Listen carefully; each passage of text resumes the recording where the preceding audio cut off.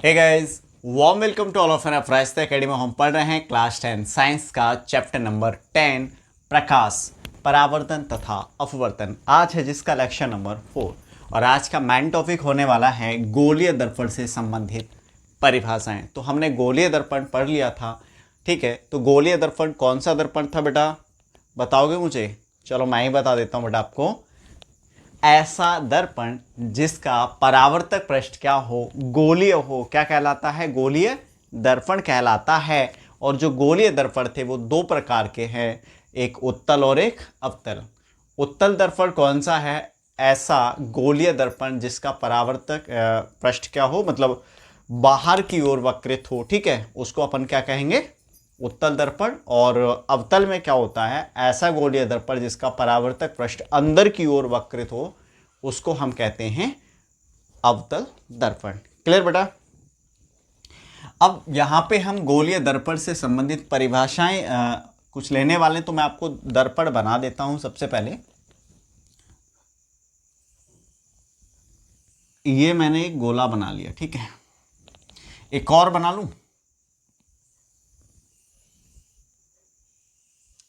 दो इसलिए बनाए क्योंकि आपको समझ अच्छे से आ जाएगा।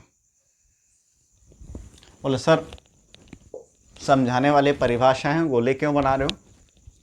तो बेटा दर्पण जो बनते हैं वो गोलीय दर्पण, कांच का अपने पास कोई क्या होगा, एक खोखला गोला होगा, उसको हम क्या करेंगे? काटेंगे। अब देखो यहाँ पे मैं क्या कर रहा हूँ, मेरे पास एक गोला है कोई, और ये मैं काट दिया यहाँ से, ठीक है, ये काटा। अब काटने के बाद मैंने इसके इधर पॉलिश कर दी बाहरी सतह पर, ठीक। अच्छा, इस गोले का केंद्र मेरा बेटा ये है, ठीक। मैं क्या करूंगा, ये वाला जो गोला है इसका केंद्र ये है, और इसको मैं यहां से काटा और इसके मैंने इस सतह पर यानी अंदर की सतह पर पॉलिश कर दी। ये मैंने बेटा आपको प्रीवियस वीडियो में भी बता रखा है, जब मैंने आपको अवतल और उत्तल दर्पण के बारे में बताया था। ये आपका कौन सा दर्पण बनेगा? ये बनेगा अवतल दर्पण। क्लियर है ना बेटा? और ये कौन सा बनेगा? उत्तल दर्पण। बहुत बेसिक से लेके चलेंगे बेटा, और अपन अप लेवल तक जाएंगे जहां तक अपना एनसीईआरटी में दे रखा है, और एग्जाम में जहां तक हमसे पूछा जा सकता है। और बहुत ही अच्छे तरीके से आज हम सीखने वाले, रट्टा नहीं मारेंगे किसी भी डेफिनेशन का। जो भी लेंस से संबंधित परिभाषाएं हैं, एक एक चीज को अपन सीखेंगे। ये हमने बना लिया अवतल दर्पण। अवतल दर्पण में मैंने अभी आपको डेफिनेशन बताई थी अवतल दर्पण की, कि अवतल दर्पण का जो परावर्तक पृष्ठ होता है वो क्या होता है? अंदर की ओर वक्रित होता है। देखो यहां पे तो पॉलिश कर दी मैंने दूसरी तरफ, तो यहां से जो परावर्तन होगा बेटा, अब परावर्तन किस सतह से होगा? तो परावर्तन तो हमारा इस सतह से होगा ना, ये जो सतह है भाई, दूसरी सतह तो आपको वो दिख रही है, परावर्तन इस सतह से होगा। उस वाली सतह पे तो हमने क्या कर रखा है, पीछे वाली सतह पे तो पॉलिश कर रखा है ना। तो ऐसा दर्पण जो अंदर मतलब ऐसा गोलीय दर्पण जिसका परावर्तक पृष्ठ क्या हो, अंदर की ओर वक्रित हो या अंदर की ओर हो, ठीक है, ऐसे अपन बोल सकते हैं। अब उत्तल दर्पण की अगर आप बात करें, तो उत्तल दर्पण में हमारा देखो परावर्तक पृष्ठ क्या हो, बाहर की ओर वक्रित, अंदर की तरफ से पॉलिश कर दी। अब प्रकाश की किरणें बाहर की इस बाहरी सतह पर आएंगी, टकराएंगी और परावर्तित होंगी, यानी परावर्तक जो पृष्ठ है वो किधर है? बाहरी सतह पर है। ये चीजें आपको क्लियर हो चुकी हैं। अब आते हैं परिभाषाओं पर बेटा। ये जो दर्पण है, चाहे वो अवतल हो या उत्तल, कांच के खोखले गोले से तो काट के बनाए जा रहे हैं ना, ठीक है। तो अपन डेफिनेशन सबसे पहले लेंगे बेटा, वक्रता केंद्र, ठीक। कौन सी डेफिनेशन ले रहे हैं अपन? वक्रता केंद्र ले रहे हैं।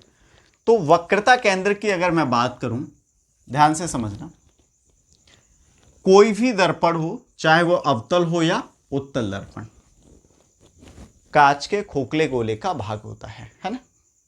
अब ये दर्पण जिस गोले का भाग होता है अब मान लो ये वाला दर्पण इस गोले का भाग है, इस गोले का केंद्र ये है, तो इस गोले के केंद्र को ही हम क्या कहेंगे, वक्रता केंद्र कहेंगे या कहते हैं। समझ आई बात। कोई भी गोलीय दर्पण चाहे वह उत्तल हो या अवतल, किसी न किसी गोले का भाग होता है, और उस जिस गोले का भाग होता है उस गोले के केंद्र को, जैसे ये वाला दर्पण इस गोले का भाग है तो उस गोले का केंद्र ये है, यहां से हमने ये गोला खींचा प्रकार से, ठीक है, तो इस गोले के केंद्र को ही हम कहेंगे वक्रता केंद्र, और वक्रता केंद्र को प्रदर्शित करते हैं बेटा सी से, ठीक है। अब अवतल दर्पण के लिए सेम और इसके लिए भी वक्रता केंद्र, और वक्रता केंद्र को किससे प्रदर्शित करते हैं, सी से। क्लियर है ना बेटा। तो पहली हेडिंग अपनी वक्रता केंद्र हो चुकी है। सेकंड में ले लेता हूं यहीं पे ध्रुव। अब ये जो दर्पण है, गोलीय दर्पण का मध्य बिंदु, यानी ये बीच वाला पॉइंट, ऐसे ही इसमें, ठीक। तो गोलीय दर्पण का जो मध्य बिंदु होता है उसको कहते हैं ध्रुव। इसका यानी ये दर्पण है और इसका मध्य बिंदु क्या है, ध्रुव। मैं इसको इरेज कर देता हूं बेटा, इसकी कोई आवश्यकता नहीं है।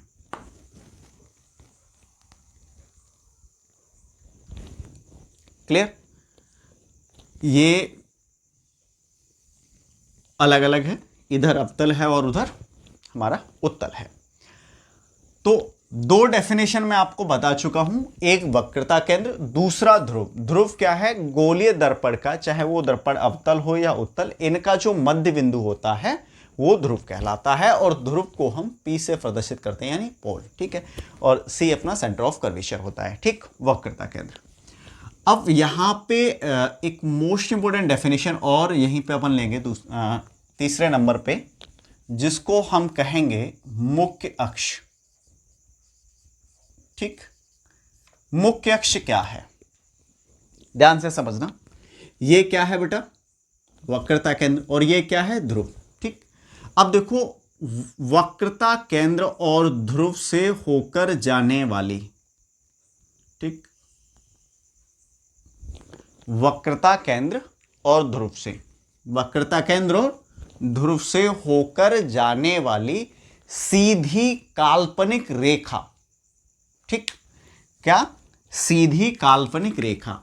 ये जो है देखो, वक्रता केंद्र से होकर जा रही है, ये वक्रता केंद्र और ये ध्रुव है, वक्रता केंद्र और ध्रुव से होकर जाने वाली सीधी काल्पनिक रेखा मुख्य अक्ष कहलाती है। तो कौन सी रेखा, ये वाली, ये क्या है आपका मुख्य अक्ष है, और ये जो था वो क्या था, वक्रता केंद्र। इसमें भी अगर बात करें तो इस तरह से ये रेखा, ठीक है, और ये आपका क्या है, ध्रुव, ठीक है बेटा। आपकी डेफिनेशन हो चुके हैं 1 2 3, क्लियर। अब आ जाओ फोर्थ डेफिनेशन। मुख्य अक्ष आपका हो गया। अब देखो यहां ये जो वक्रता केंद्र और ये ध्रुव है, ठीक, इनके बीच की डिस्टेंस को हम क्या कहते हैं, ठीक, वक्रता केंद्र और ध्रुव के बीच की डिस्टेंस को हम कहते हैं वक्रता त्रिज्या। कहां से कहां तक की दूरी, यहां से यहां तक की, मतलब ये डिस्टेंस, ठीक। गोलीय दर्पण के वक्रता केंद्र से ध्रुव के बीच की दूरी या ध्रुव तक की दूरी को हम वक्रता त्रिज्या कहते हैं, और इसको प्रदर्शित करते हैं कैपिटल R से। समझ आया बेटा, किससे प्रदर्शित करते हैं, कैपिटल R से। क्लियर, ठीक। तो वक्रता त्रिज्या भी आपका क्लियर हो गया। नेक्स्ट आप देखो मुख्य फोकस, मुख्य फोकस। देखो मुख्य फोकस में क्या होता है, जैसे ये हमारा दर्पण है और ये मुख्य अक्ष है। देखो कोई प्रकाश की किरण यदि मुख्य अक्ष के समांतर जाती है, ये वाली प्रकाश की किरण है और ये मुख्य अक्ष है, ये प्रकाश की किरण क्या है, इस मुख्य अक्ष के समांतर जा रही है ऐसे करके। अब दर्पण से टकरा रही है, ठीक, और दर्पण से टकराने के पश्चात ध्यान से समझना, दर्पण से टकराने के पश्चात, अवतल में आपको बता रहा हूं पहले, तो अवतल दर्पण से टकरा रही है, टकराने के पश्चात मुख्य अक्ष को जिस बिंदु पर काटती है, ठीक, जैसे ये यहां से काट रही है, यहां से काट के आगे जा रही है, ठीक है, जिस बिंदु पर काटती है उस बिंदु को हम कहते हैं मुख्य फोकस। क्या कहते हैं? तो ये जो बिंदु है वो है मुख्य फोकस और इसको हम प्रदर्शित करते हैं F से, ठीक। तो मुख्य फोकस क्या है? मुख्य अक्ष के समांतर जाने वाली प्रकाश किरण दर्पण से परावर्तन के पश्चात मुख्य अक्ष को जिस बिंदु पर काटती है उसे क्या कहते हैं? मुख्य फोकस। किसके लिए? अवतल दर्पण के लिए है, ठीक। अब यहीं अगर उत्तल दर्पण की बात की जाए तो देखो क्या होगा, ये मैं पॉलिश कर देता हूं बेटा। उत्तल दर्पण का ये वक्रता केंद्र है, ये ध्रुव है, ये प्रकाश की किरण है जो समांतर आ रही है, ठीक। अब ये यहां से उत्तल दर्पण क्या करता है? प्रकाश की किरणों को फैलाता है, ठीक, और ये एक जगह फोकसित करता है। कौन सा? अवतल दर्पण, ठीक है। अवतल दर्पण प्रकाश की जगह को एक जगह फोकसित करता है, उत्तल दर्पण फैलाता है। इसको हम आगे बहुत अच्छे से एक्सप्लेन करूंगा मैं आपको इनके उपयोगों में, ठीक। अब यहां पे आप देखोगे ये जो प्रकाश की किरण है वो इस इधर से आती हुई हमें प्रतीत होती है, ठीक। तो ये जो परावर्तित किरण है वो ऐसा लगता है किसको काट रही है? मुख्य अक्ष को काटती हुई प्रतीत होती है, और जिस बिंदु पर काटती हुई प्रतीत हो रही है, जिस जगह पर, उसको हम कहते हैं मुख्य फोकस।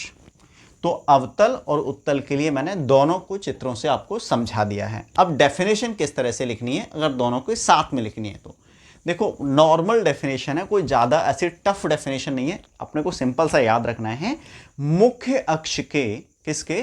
मुख्य अक्ष के समांतर जाने वाली प्रकाश किरण, ठीक, दर्पण से परावर्तन के पश्चात, किससे? दर्पण से। अब यहां पे आप गोलीय दर्पण यूज कर सकते हो, ठीक है, या दर्पण आप रहने दोगे तो भी कोई इश्यू नहीं है। दर्पण से परावर्तन के पश्चात मुख्य अक्ष को जिस बिंदु पर काटती है या काटती हुई प्रतीत होती है, ठीक है, जिस बिंदु पर काटती है या फिर काटती हुई प्रतीत होती है उस बिंदु को हम क्या कहते हैं? मुख्य फोकस कहते हैं। और मुख्य फोकस को प्रदर्शित किससे करते हैं बेटा? कैपिटल F से प्रदर्शित करते हैं। क्लियर है ना? मुख्य फोकस भी आपका हो गया। देखो, वक्रता त्रिज्या को हमने स्मॉल r से किया था, ध्रुव को P से, वक्रता केंद्र को C से, मुख्य फोकस को F से। नेक्स्ट डेफिनेशन पे आते हैं। नेक्स्ट डेफिनेशन है हमारी फोकस दूरी। क्या है? फोकस दूरी। अगर मैं फोकस दूरी की बात करूं तो बहुत सिंपल डेफिनेशन है। कहां से कहां तक की दूरी हो जाएगी बेटा? देखो, ये फोकस है, मुख्य फोकस, और ये ध्रुव। तो यानी कहां से कहां तक की? मुख्य फोकस से ध्रुव के बीच की दूरी को हम क्या कहते हैं? फोकस दूरी कहते हैं। कहां से कहां तक की? मुख्य फोकस से ध्रुव के बीच की दूरी को, ये क्या है? मुख्य फोकस है। मुख्य फोकस से कहां तक की दूरी? ध्रुव के बीच की दूरी, ठीक। क्या कहते हैं हम? फोकस दूरी। और फोकस दूरी को प्रदर्शित करते हैं बेटा स्मॉल f से। फोकस दूरी और ये जो वक्रता त्रिज्या थी, इनमें क्या रिलेशन है? इस पे आपके प्रश्न पूछे जाते हैं, तो इनके रिलेशन को भी देख लेते हैं। देखो बेटा, ये जो फोकस दूरी और वक्रता त्रिज्या में रिलेशन होता है, F बराबर होता है r/2। यानी फोकस दूरी वक्रता त्रिज्या की आधी होती है। इसका मतलब ये हुआ कि अगर ये अपने पास कोई दर्पण है, अवतल हो, ठीक है, और ये हमारे पास उत्तल है, तो मैं ऐसा कह सकता हूं यहां से यहां तक की अगर डिस्टेंस 6 है तो ये वाली जो होगी वो 3 होगी। यानी वक्रता त्रिज्या अगर 6 है तो फोकस दूरी कितनी होगी? 3 सेंटीमीटर होगी। ठीक, ऐसे ही अगर मैं बात करूं इस दर्पण की, अवतल की, अगर इसमें वक्रता त्रिज्या 4 है तो फोकस दूरी जो होगी वो कितनी हो जाएगी? 2। कुल मिला के वक्रता त्रिज्या का आधा फोकस दूरी के बराबर होता है। क्लियर? तो आपकी डेफिनेशन बेटा 6 डेफिनेशन हो चुकी है। लास्ट डेफिनेशन है अपनी द्वारक। ठीक, तो द्वारक क्या होता है इसको और समझिए आप। गोलीय दर्पण की वृत्ताकार जो सीमा का व्यास है, जैसे ये वाला व्यास वृत्ताकार सीमा का, या फिर ये जिसमें होकर प्रकाश किरणें क्या करती हैं? दर्पण प्रवेश करती हैं, जाती हैं, वही तो द्वारक होता है। द्वारक यानी एक तरह से आप मान लो दरवाजा, गेट। ठीक है, तो गोलीय दर्पण की वृत्ताकार जो सीमा है उसका जो व्यास है वही क्या कहलाता है? द्वारक कहलाता है। ठीक, तो उम्मीद करता हूं बेटा ये सारी चीज़ें आपको समझ आई होंगी, सारी डेफिनेशन, और बहुत इंपॉर्टेंट डेफिनेशन है ये बोर्ड एग्जाम के लिए। ठीक, कभी कभी क्या होता है 4-5 एक साथ दे देते हैं तो 5 नंबर का प्रश्न आपका बन जाता है, एक एक नंबर की डेफिनेशन आपके एग्जाम में आ जाती हैं। ठीक है, तो बाकी अपन नेक्स्ट वीडियो में करते हैं, तो मिलते हैं बेटा नेक्स्ट वीडियो में, तब तक के लिए बाय बाय।